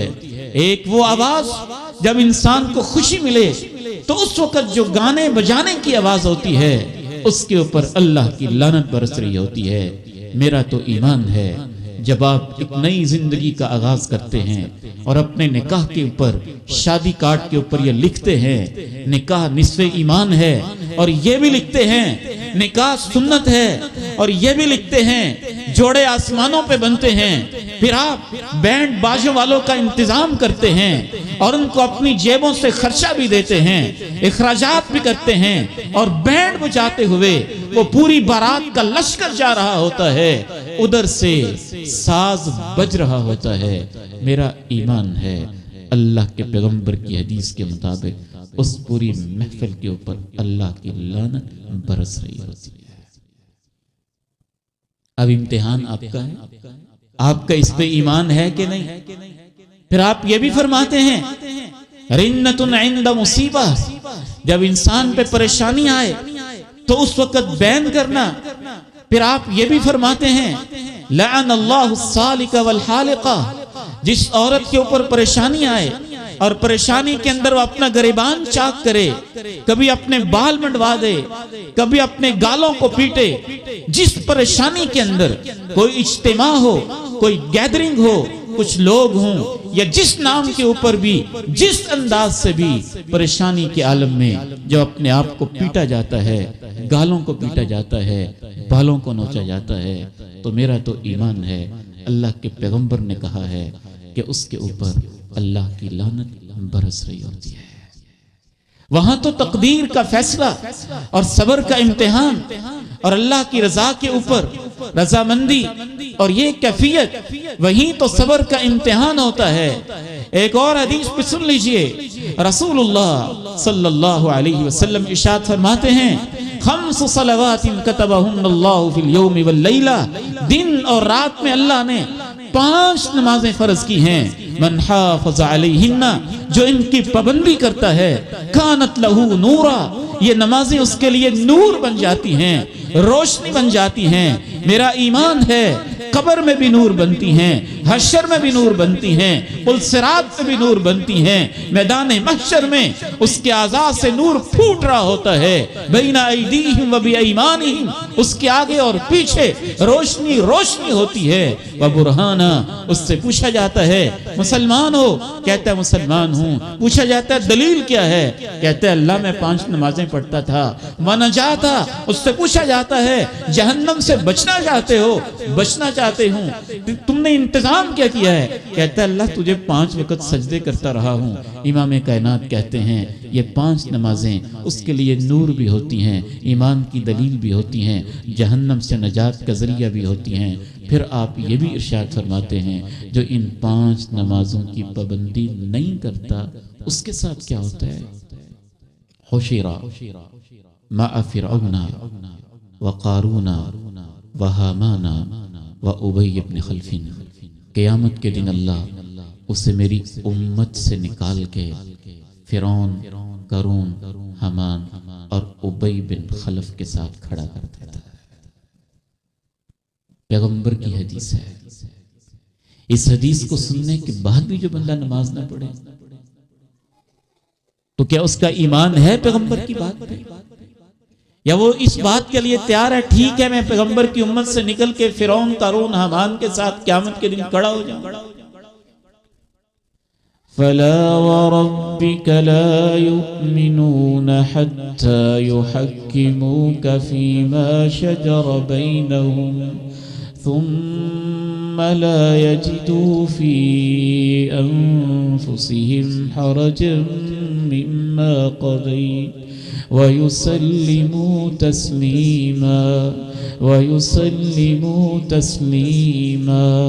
آخری 5 منٹ میں مجھے اجازت دیجیے 1-2 حدیثیں اور سنا کے ذرا آپ کو اور امتحان لے لیں۔ آپ علیہ السلام ارشاد فرماتے ہیں اجتنبوا السبع الموبقات، میری امت کے لوگوں 7 گناہوں سے بچ جاؤ، یہ ہلاک کر دیں گے، یہ ہلاک کر دیں گے۔ پھر آپ نے صحابہ نے پوچھا وما ہن، وہ 7 گناہ کون سے ہیں؟ تو آپ نے گن گن کے بتائے، اور ان میں سے آپ نے گن کے یہ کہا الاشراک باللہ، اللہ کے ساتھ شرک کرنا، یہ انسان کو تباہ کر دے گا۔ پھر آپ کی دوسری احادیث میں آپ نے یہ بھی بتا دیا یہ بھی شرک ہے، یہ بھی شرک ہے، یہ بھی شرک ہے۔ اگر ایک شخص اپنے بازو کے ساتھ دھاگے باندھ کے پھر رہا ہے کہ شاید یہ مجھے بیماری سے بچا لے گا تو اللہ کے ساتھ شرک ہی تو کر رہا ہے۔ اگر ایک شخص کوئی اس طرح کے کڑے سے باندھ کے یہ سمجھتا ہے کہ یہ میری بیماری کو دور کر دیں گے، احادیث سے پتہ چلتا ہے کہ وہ بھی شرک ہی کی ایک قسم ہی کا ارتکاب کر رہا ہے۔ اگر کوئی قبر کی ڈیری پہ سجدے کر رہا ہے اور اس کو مشکل کشا سمجھ رہا ہے تو اس سے بڑا شرک اللہ کے ساتھ کیا ہو سکتا ہے؟ آپ نے کہہ دیا یہ تمہیں تباہ کر دے گا۔ آپ نے کہا بچ جاؤ 7 بڑے بڑے گناہوں سے، آپ نے گنوا دیا، ان میں سے ایک گناہ قتل کرنا بھی ہے۔ زمین کے اوپر، مقدمے کے اوپر، تھوڑی تھوڑی بات کے اوپر 5 قتل کر کے بھی کوئی اپنے آپ کو عاشق رسول سمجھتا ہے تو وہ غلط سمجھ رہا ہے۔ سمجھ لے کہ وہ تو تباہ ہو گیا ہے۔ کل قیامت کے دن ان مظلوموں کے ہاتھ ہوں گے اور اس قاتل کا گریبان ہوگا اور اس مظلوم کا خون نکل رہا ہوگا اور اس کی رگوں سے خون پھوٹتا ہوگا اور سر کے بالوں سے پکڑ کے کھینچ کے امام کائنات نے کہا اللہ کے عرش کے قریب کر کے اس سے پوچھے گا اے اللہ اس سے پوچھ تو صحیح اس نے مجھے کیوں قتل کیا تھا۔ لوگوں نے ایسی ایسی تحریکیں برپا کر دی، کفر کے فتوے لگا لگا کے ہمارے نوجوانوں کو باغی اور خارجی بنا دیا اور قاتل بنا دیا۔ فلاں بھی کافر ہے، فلاں کو مارنے سے یہ ملتا ہے، فلاں کو مارنے سے یہ ملتا ہے۔ قانون والوں کو اپنا کرنے دیں، نافذ کرنے دیں۔ میرے نوجوان بیٹو، آپ کا کام فتوے لگانا، تلواریں اٹھانا، گنوں سے فائرنگ کرنا اور تکفیر کی مشینیں چلانا آپ کا کام یہ نہیں ہے۔ آپ کا کام دعوت ہے، آپ کا کام تربیت ہے، آپ کا کام قرآن کا ابلاغ ہے، حدیث کا ابلاغ ہے۔ یہ ایک مسلمان کا قتل جس نے لا الہ الا اللہ پڑھا ہے معمولی بات نہیں ہے۔ اللہ کے پیغمبر تو یہاں تک کہ جناب اسامہ سے جب ایک دفعہ اس طرح کا مسئلہ ہو گیا تھا، میدان جنگ کے اندر ایک آدمی مارے جا رہا تھا مسلمانوں کو، پھر اس نے کلمہ پڑھ لیا تو اس صحابی نے اس کو بھی مار دیا، تو اس نے کہا اس نے تو اوپر سے کلمہ پڑھا تھا۔ آپ نے کہا کیا تو نے اس کے دل کو چیر کے دیکھا تھا؟ قیامت کے دن جب یہ لا الہ الا اللہ پڑھتا ہوا آ کے قتل کا مقدمہ پیش کرے گا تو اللہ کے سامنے کیا جواب دے گا؟ کہا جادو تباہ کرتا ہے، اس سے بچ جاؤ، جادو تباہ کرتا ہے، اس سے بچ جاؤ، والدین کی نافرمانی تمہیں تباہ کر دے گی، اس سے بچ جاؤ۔ پیغمبر نے کہہ دیا یہ تباہ کرنے والے گناہ ہیں، تباہ کرنے والے گناہ ہیں۔ میں آج کے نوجوان پہ حیران ہوتا ہوں، باپ کیا کہتا ہے یہ کچھ کرتا ہے، ماں کیا کہتی ہے یہ کچھ کرتا ہے۔ اللہ کے پیغمبر نے تو ماں باپ کو وہ مقام دیا تھا، پیغمبر کی حدیث نے تو وہ مقام دیا تھا۔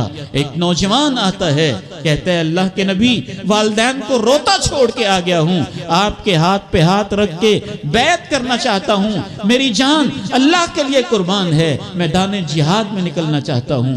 آپ فرماتے ہیں ارجع، واپس چلا جا، میرا دین ایسے جہاد کو پسند نہیں کرتا۔ اضحکہما کما ابکیتہما، جب تک تیرے والدین تجھے دیکھ کے مسکرائیں گے نہیں تب تک تیرا جہاد اور میرے پاس آنا اللہ کو قبول نہیں ہے۔ یہ تو پیغمبر کی معیت کے لیے والدین کو چھوڑ کے آیا تھا، اور آپ دوستوں کی خاطر، پکنک کی خاطر، سیر و تفریح کی خاطر، انجوائمنٹ کی خاطر، اور صرف اسلام آباد اور کراچی کی سیر کی خاطر اور انگلینڈ اور برطانیہ کے ویزے کی خاطر ماں باپ کو ستاتا، روتا، بلکتا، ایڑیاں رگڑتے ہوئے چھوڑ کے چلے جائیں تو کیا آپ تباہ نہیں ہوں گے؟ یہ آپ کی خوش فہمیاں ہیں۔ جس کا پیغمبر کی حدیث پہ یقین ہے جب وہ ان گناہوں کے قریب جائے گا اس کا دل دہل جائے گا کہ کہیں میں تباہ نہ ہو جاؤں۔ فَلَا وَرَبِّكَ لَا يُؤْمِنُونَ حَتَّى يُحَكِّمُوكَ فِي مَا شَجَرَ بَيْنَهُمْ ثُمَّ لَا يَجِدُوا فِي أَنفُسِهِمْ حَرَجًا مِّمَّا قَضَيْتَ وَيُسَلِّمُوا تَسْلِيمًا۔ آخری ایک آیت سنا کے میں آپ سے اجازت چاہتا ہوں، اور یقین مانیں پیغمبر کی حدیث کو اتنی تسلی سے مانا کریں اور اس کے سامنے سر تسلیم خم کیا کریں، یہ سمجھتے ہوئے اس سے سچی بات بھی کوئی نہیں ہے، نقصان بھی ہو رہا ہو پھر بھی یقین رکھا کریں میرا فائدہ اسی میں ہے۔ اللہ کا قرآن تو یہاں تک کہتا ہے کہ اگر ہم نے ان پہ یہ حکم دیا ہوتا نا کہ اپنے آپ کو قتل کر دو، اقتلوا انفسکم او اخرجوا من دیارکم، یا اپنے گھروں کو چھوڑ کے نکل جاؤ، اور میرا اور میرے پیغمبر کا حکم سمجھ کے یہ اس پہ عمل کریں گے تو اس میں بھی اللہ ان کے لیے خیر اور برکت ہی پیدا کر دے گا۔ امام کائنات تو یہاں تک کہتے ہیں تیرے ماں باپ تیری پٹائی بھی کرتے رہیں اور تیرا سارا مال بھی کہیں چھوڑ کے چلا جا، پھر بھی ماں باپ کی اطاعت کرنا۔ وَصَاحِبْهُمَا فِي الدُّنْيَا مَعْرُوفًا، کیونکہ پیغمبر سے زیادہ شفیق بھی کوئی نہیں ہے، پیغمبر سے زیادہ رحیم بھی کوئی نہیں ہے، پیغمبر سے زیادہ خیرخواہ بھی کوئی نہیں ہے، پیغمبر سے زیادہ وفادار بھی کوئی نہیں ہے، پیغمبر سے زیادہ میرے اور آپ کے لیے رونے والا بھی کوئی نہیں ہے، پیغمبر سے زیادہ میرے اور آپ کے لیے دعائیں کرنے والا بھی کوئی نہیں ہے۔ دنیا کے سارے مفاد، سارے تعلق، سارے اسباب، سارے مال، سارے خزینے، سارے مکانات جب ہم سے ٹوٹ جائیں گے سب بے وفائی کر جائیں گے۔ میں تو اپنی آنکھوں سے دیکھ رہا ہوں میدان محشر میں صرف ایک ہی ہستی ہوگی جو وہاں کہہ رہا ہوگا امتی امتی، اللہ میری امت کا خیال رکھنا، اللہ میری امت کا خیال رکھنا۔ ان کو چھوڑ کے اب جانا کہاں چاہتے ہیں؟ ان کی باتوں کو چھوڑ کے آپ کو بلائی کہاں نظر آ رہی ہے؟ آئیے اللہ سے ہم دعا گو ہیں اور اللہ سے عہد بھی کرتے ہیں کہ اللہ ہمیں پیغمبر کی سنت پہ عمل کرنے والا بنا دے۔ جو اخلاقی سنتیں ہیں، جو روٹین کی سنتیں ہیں، ان کو بھی سیکھیں۔ پیغمبر پانی کیسے پیتے تھے، پیغمبر کھانا کیسے کھاتے تھے، امام کائنات سوتے کیسے تھے، امام کائنات لباس کیسے پہنتے تھے، امام کائنات وضو کیسے کرتے تھے، امام کائنات نماز کیسے پڑھتے تھے، امام کائنات کا رکوع و سجود کیسے ہوتا تھا، امام کائنات کی صبح شامیں کیسے ہوتی تھی، امام کائنات کی راتیں کیسی ہوتی تھی۔ ان کو بھی سیکھیں۔ جو آپ کی کرداری سنتیں ہیں، آپ کا اخلاق کیسا تھا، نرمی کیسی تھی، تواضع کیسا تھا، عاجزی کیسی تھی، شفقت کیسی تھی، انکسار کیسا تھا، اس کو بھی سیکھیں۔ جو آپ کے احکامات ہیں کہ اللہ کے پیغمبر نے معیشت کے بارے میں کیا حکم دیا ہے، گھر کے بارے میں کیا احکامات دیے ہیں، سیاست کے بارے میں کیا احکامات دیے ہیں، تمدن کے بارے میں کیا احکامات دیے ہیں، تعلیم کے بارے میں کیا احکامات دیے ہیں، اجتماعی زندگی کے بارے میں کیا احکامات دیے ہیں، عائلی زندگی کے بارے میں کیا احکامات دیے ہیں، انفرادی زندگی کے بارے میں کیا احکامات دیے ہیں۔ جب تک ہم دین کو اور پیغمبر کو پوری محبت کے ساتھ لے کے اپنی زندگیوں کے اندر لاگو نہیں کریں گے، تب تک اللہ کا قرآن قسم اٹھا کے کہتا ہے نہ ہم صاحب ایمان پوری طرح سے ہو سکتے ہیں، نہ ہمارے لیے کامیابی کا کوئی امکان ہے۔ بہت ہی زیادہ خوشی ہوئی آپ کی محبت، آپ کا شوق اور آپ کا ذوق دیکھ کے۔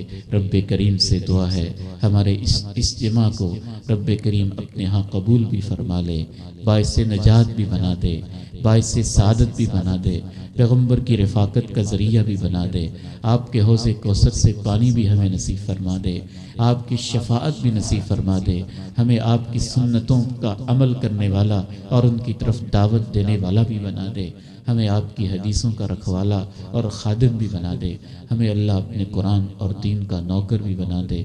وآخر دعوانا الحمدللہ رب العالمین۔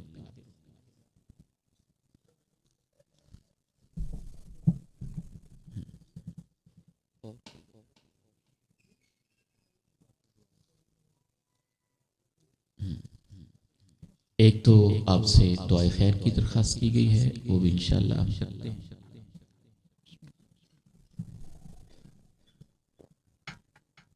الحمدللہ۔ اور دو سوالات ہیں، ان کا بھی مختصر جواب پیش خدمت ہے۔ ایک سوال یہ کیا گیا ہے کہ جو لیپالک بچہ ہوتا ہے اس کے ولدیت کے خانے میں اپنا نام لکھوانا یہ کیسا ہے؟ عقل کے بھی خلاف ہے، قرآن کے بھی خلاف ہے، حدیث کے بھی خلاف ہے، اور معاشرت اور اخلاق کے بھی خلاف ہے۔ رسول اللہ صلی اللہ علیہ وسلم پہ جو قرآن نازل ہوا ہے، اللہ کا قرآن کہتا ہے ادعوہم لآبائہم هو اقسط عند اللہ، ان بچوں کو انہی کے باپوں کے نام پہ پکارا کرو، اللہ کے نزدیک یہی زیادہ قرین انصاف ہے۔ باپ وہی ہے جس کے نطفے سے، جس کے خون سے وہ بچہ پیدا ہوا ہے، آپ اس کے گارڈین ہیں، آپ اس کے سرپرست ہیں، آپ اس کے کفیل ہیں۔ باپ وہی ہے جس کا وہ خون ہے اور جس کے قسمت میں اللہ تعالیٰ نے اس کو لکھا ہوا تھا۔ اس لیے جب بھی کوئی بچہ ایڈاپٹ کرے تو یہ ایک سنگین جرم اور کبیرہ گناہوں میں ہوتا ہے۔ اس کی ولدیت کو چینج کرنا، ہمیں ولدیت کو چینج نہیں کرنا چاہیے۔ باقی اس میں پریکٹیکلی کچھ مشکلات اور پرابلمز ہوتی ہیں تو اس کا کیا حل ہوتا ہے وہ آپ کسی وکیل سے مشورہ کر لیں یا آپ نادرہ والوں سے مشورہ کر لیں، بہرحال اس کا سلوشن موجود ہوتا ہے۔ یا ہم اپنی جہالت کی وجہ سے جب ولدیت کو چینج کرتے ہیں تو اس وقت ہم ایک کبیرہ گناہ کا ارتکاب کر رہے ہوتے ہیں۔ ایک سوال یہ کیا گیا ہے کہ ایک مجلس میں ایک بندہ 3 طلاقیں دے دے تو اس کی شرعی حیثیت کیا ہے؟ ہمارے علم اور فہم کے مطابق اللہ کے قرآن سے اور اللہ کے نبی علیہ السلام کی احادیث مبارکہ سے یہ پتہ چلتا ہے، قرآن مجید میں واضح لکھا ہے الطلاق مرتان، طلاق کا حق انسان کو 2 مرتبہ ہوتا ہے۔ 2 مرتبہ کا صحیح فہم یہی ہے، یعنی اس کے لیے 2 چانسز ہوتے ہیں، 2 ٹائمز ہوتے ہیں اس کو طلاق دینے کے لیے۔ 2 آپشنز، 2 موقع یا 2 وقت مختلف اللہ نے دیے ہوئے ہیں۔ فَإِمْسَاكٌ بِمَعْرُوف، اس کے بعد یہ اچھے طریقے سے رکھے، او تسریح بِإِحْسَان، یا اچھے طریقے سے اس کو فارغ کر دے۔ فَإِن طَلَّقَهَا، اگر وہ تیسری مرتبہ بھی اس کو طلاق دے دے، یعنی 2 دفعہ الگ الگ دینے کے بعد تیسری دفعہ بھی دے دے، فَلَا تَحِلُّ لَهُ مِن بَعْدُ، تو اس کے بعد وہ اس کے لیے حلال نہیں رہتی۔ اب ایک بندے نے اگر ایک ہی مجلس میں طلاق طلاق طلاق طلاق 3 دفعہ 10 دفعہ 100 دفعہ 1000 دفعہ بھی کہہ دیا ہے، تو پہلی بات تو یہ ہے کہ اس نے یہ طریقہ غلط اپنایا ہے۔ دوسری بات یہ ہے کہ وہ ایک طلاق ہو گئی ہے۔ تیسری بات یہ ہے کہ اللہ نے اس کو 2 موقع دیے ہیں، اس نے ایک موقع کے اندر 1000 دفعہ بھی کہہ دیا ہے، تو اب دوسرا موقع اس کے پاس موجود ہے۔ اس کا یہ مطلب نہیں ہے کہ تینوں طلاقیں ہو گئی ہیں۔ اور اس کی سب سے بڑی دلیل صحیح مسلم کی وہ حدیث ہے جس میں صحابی بیان کرتے ہیں، کانا طلاق الثلاث علی عہد رسول اللہ صلی اللہ علیہ وسلم و ابی بکر و صدر من خلافت عمر واحدہ، اللہ کے نبی علیہ السلام کے دور میں، جناب ابو بکر کے دور میں، اور حضرت عمر کے ابتدائی دور میں 3 طلاقیں ایک مجلس میں دینے کو ایک ہی سمجھا جاتا تھا۔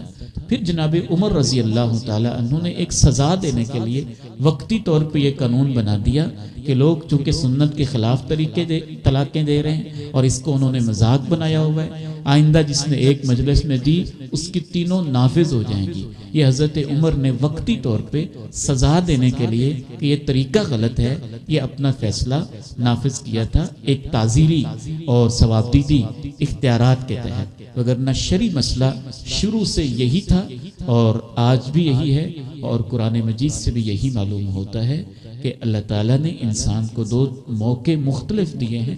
اگر ایک موقع پہ اس نے 3 4 5 دفعہ کہہ دیا ہے تو اس نے غلط کہا ہے، لیکن وہ ایک ہی طلاق واقع ہوگی۔ جی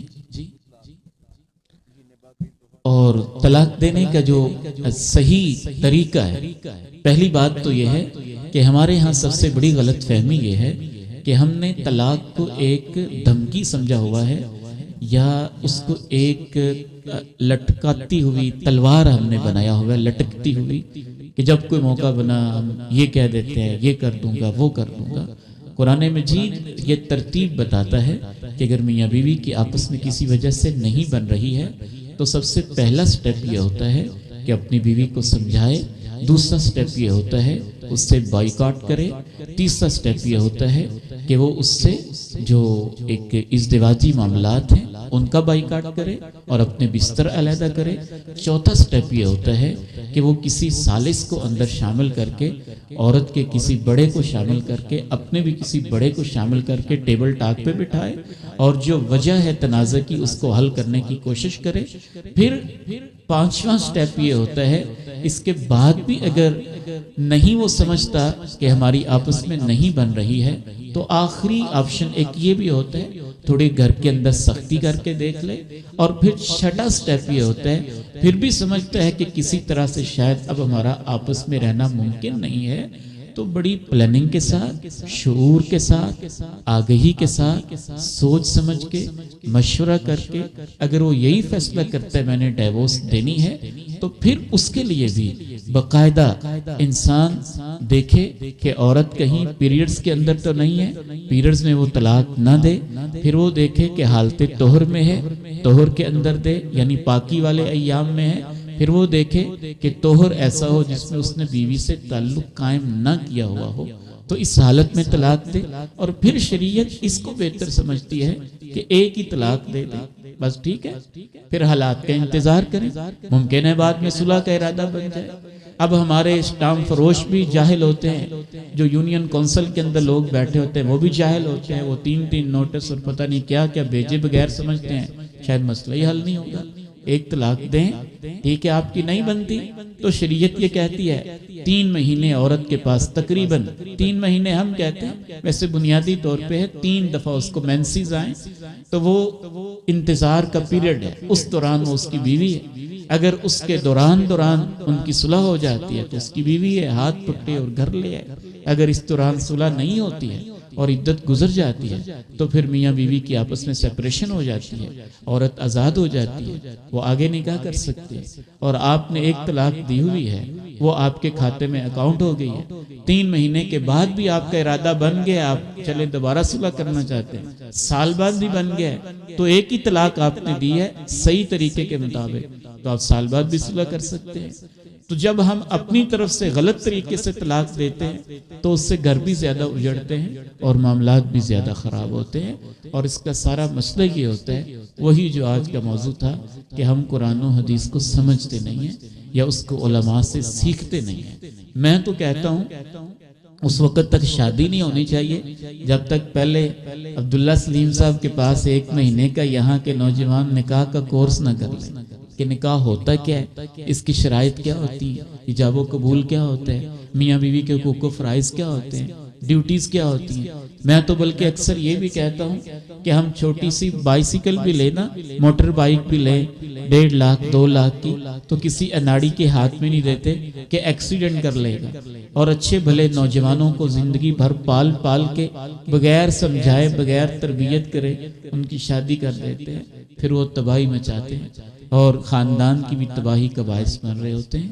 ہمیں تربیت کی ضرورت ہے اور دین کو سیکھنے کی بہت زیادہ ضرورت ہے۔ اللہ تعالیٰ سے دعا ہے اللہ تعالیٰ ہمیں یہ شوق نصیب فرما دے علم سیکھنے کا اور علماء سے جڑنے کا۔ ہمارے بہت ہی پیارے بھائی ہیں عبید الرحمن فاروقی صاحب، ان کی والدہ کافی عرصے سے بیمار ہیں، دعا کیجیے اللہ تعالیٰ ان کو شفائے کاملہ عطا فرمائے۔ فوت شدگان کے لیے آپ دعا کیجیے اللہ تعالیٰ ان کی مغفرت فرمائے۔ معاونین کے لیے آپ دعا کیجیے اللہ تعالیٰ ان کو خیر و برکت کے ساتھ نوازے۔ میری صحت بھی چند دنوں سے کچھ علیل ہے اور آپ کا شوق محبت دیکھ کے کافی بہتر ہوگی، آپ میرے لیے بھی دعا کریں، باقی علماء کے لیے اللہ ان کو بھی شفا و عافیت والی زندگی عطا فرمائے۔ انا للہ و انا الیہ راجعون۔ یہ بھائی عبید الرحمن فاروقی صاحب کی والدہ محترمہ جن کے لیے بھی وہ دعا کا کہہ رہے تھے، ابھی اطلاع آئی ہے کہ وہ اللہ کی طرف جا چکی ہے۔ دعا کریں اللہ تعالیٰ ان کی مغفرت فرما دے، جنت میں ان کو اعلیٰ مقام عطا فرما دے، اور ہمارے اس بھائی کو اللہ تعالیٰ صبر و اجر عطا فرما دے۔ اہل فلسطین کے لیے، اہل غزہ کے لیے، مظلوم مسلمانوں کے لیے، اور اپنے اس ملک عزیز پاکستان کے لیے بھی ضرور دعا کیجیے۔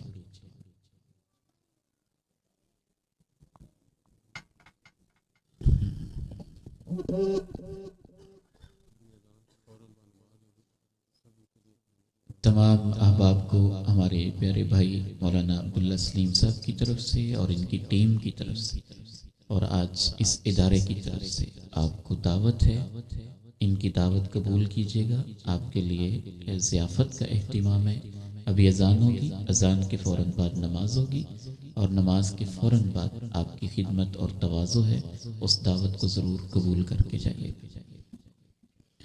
یا رب لک الحمد کما ينبغي لجلال وجهك ولعظیم سلطانک، یا رب لک الحمد کما ينبغي لجلال وجهك ولعظیم سلطانک، یا رب لک الحمد کما ينبغي لجلال وجهك ولعظیم سلطانک۔ اللهم صل على محمد وعلى آل محمد كما صليت على إبراهيم وعلى آل إبراهيم إنك حميد مجيد۔ اللهم بارك على محمد وعلى آل محمد كما باركت على إبراهيم وعلى آل إبراهيم إنك حميد مجيد۔ ربنا ظلمنا أنفسنا وإن لم تغفر لنا وترحمنا لنكونن من الخاسرين۔ عظمت ولی اللہ، شان ولی اللہ، جلال ولی اللہ، کبریائی ولی اللہ، بڑائیوں ولی اللہ، بلندیوں ولی اللہ، طاقتوں ولی اللہ، قدرتوں ولی اللہ، رحم کرنے ولی اللہ، معاف کرنے ولی اللہ۔ اے میرے اللہ جی، تیری شانیں بڑی بلند ہیں، تیرے نام بڑے پیارے ہیں، تیری صفتیں بڑی عظیم ہیں، زمین بھی تیری، آسمان بھی تیرے ہیں۔ اے اللہ، پانی کی بوند پہ شکلیں بھی تو نے ہمیں دی ہیں۔ اے میرے اللہ، ماں کے رحم میں تو نے ہی ہمیں پیدا کیا، ماں کے پیٹ سے نکلنے کے راستے بھی تو نے ہی آسان کیے۔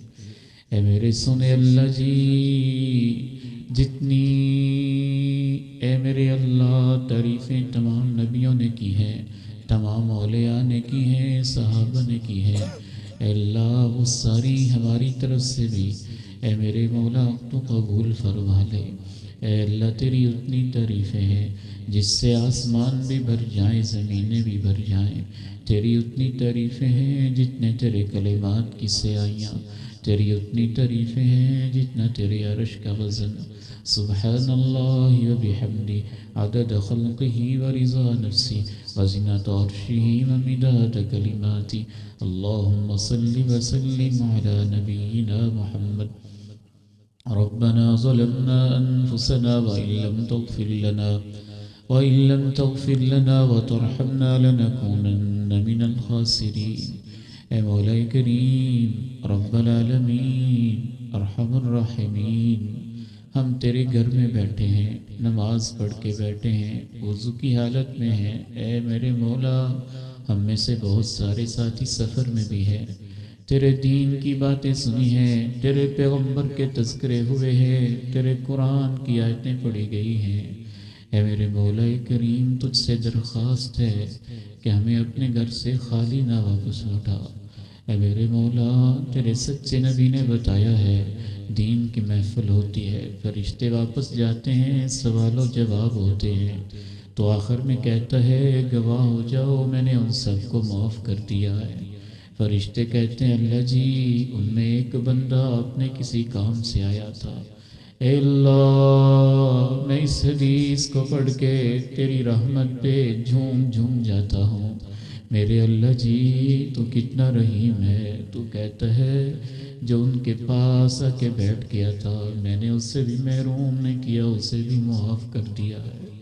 اے میرے اللہ جی تیری عزتوں کو گواہ بنا کے کہتے ہیں ہم نہیں جانتے کون ہے جسے تو نے معاف کیا ہے اور کون ہے جسے پاس بیٹھنے سے تو نے معاف کر دینا ہے۔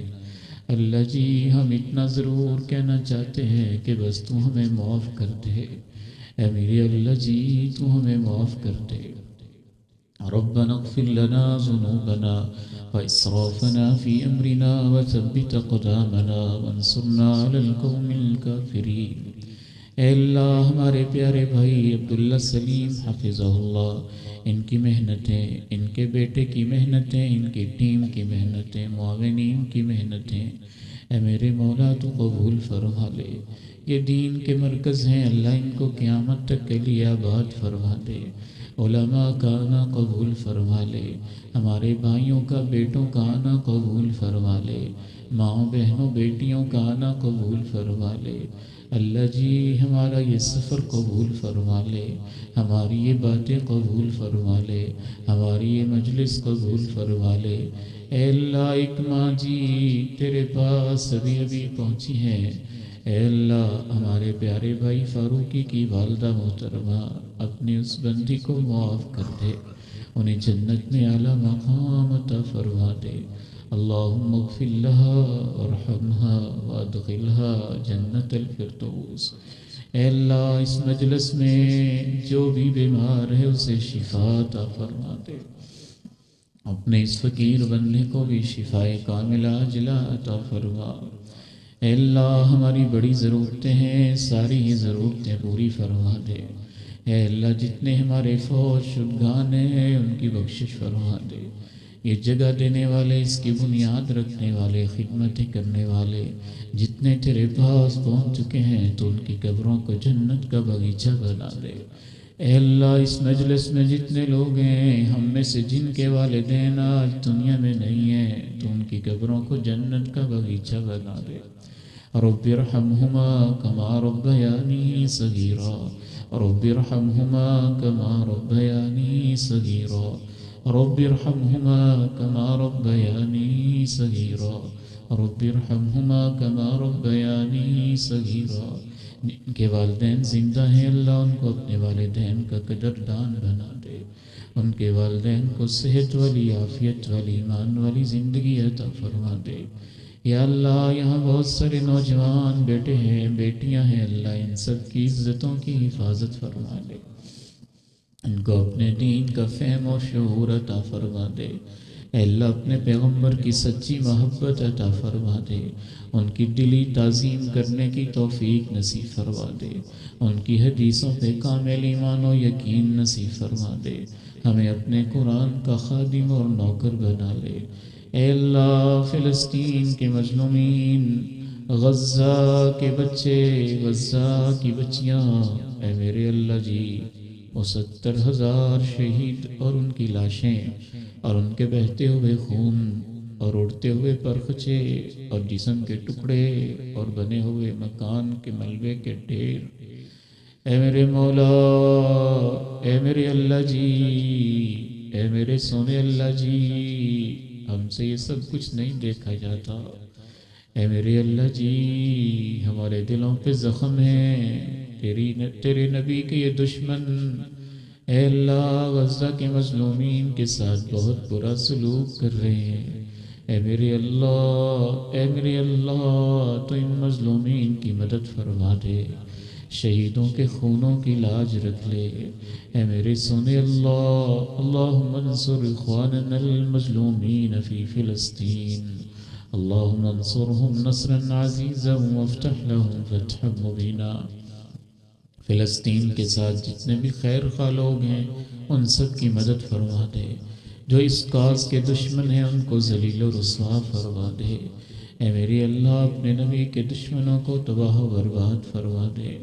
اے اللہ پاکستان کی حفاظت فرما لے، عالم اسلام کی حفاظت فرما لے، مسلمانوں کے دلوں میں ایک دوسرے کے لیے محبت پیدا فرما۔ اللہم الف بین قلوبہم واصلح ذات بینہم یا ارحم الراحمین یا رب العالمین۔ دنیا کے لوگ ہیں ہم، اے اللہ، اور دنیا کے اندر ہی ڈوبے ہوئے ہیں، لیکن جب جنازے اٹھاتے ہیں، قبر کو دیکھتے ہیں، موت کے تذکرے پڑھتے ہیں، حساب و کتاب کا سنتے ہیں، ہمیں ڈر بھی بہت لگتا ہے۔ اللہ ہماری موت اچھی بنا دے، ہماری قبر بھی اچھی بنا دے، ہماری آخرت بھی اچھی بنا دے۔ اللہم احسن عاقبتنا فی الامور کلہا واجرنا من خزی الدنیا وعذاب الآخرہ۔ ربنا آتنا فی الدنیا حسنة وفی الآخرة حسنة وقنا عذاب النار۔ اللہم اجعلنا ہداة مہتدین وزینا بزینة الایمان۔ اللہم ارحم احوالنا ولا تنظر الى سوء اعمالنا۔ اے اللہ ہمارے ان بیٹوں کو کامیاب فرما دے، ان کو قرآن کے خادم بنا دے، ان کو باعمل علماء بنا دے، ان کو امت کے لیے، ہمارے لیے، علماء کے لیے، معلمین کے لیے صدقہ جاریہ بنا دے۔ ربنا آتنا فی الدنیا حسنہ وفی الآخرة حسنة وقنا عذاب النار۔ ربنا هب لنا من ازواجنا وذرياتنا قرة اعین واجعلنا للمتقین اماما۔ ربنا تقبل منا انك انت السميع العليم وتب علينا انك انت التواب الرحيم۔ وصلى الله تعالى على خير خلقه محمد وعلى آله وصحبه وأتباعهم أجمعين آمين برحمتك يا أرحم الراحمين۔ کوئی میرا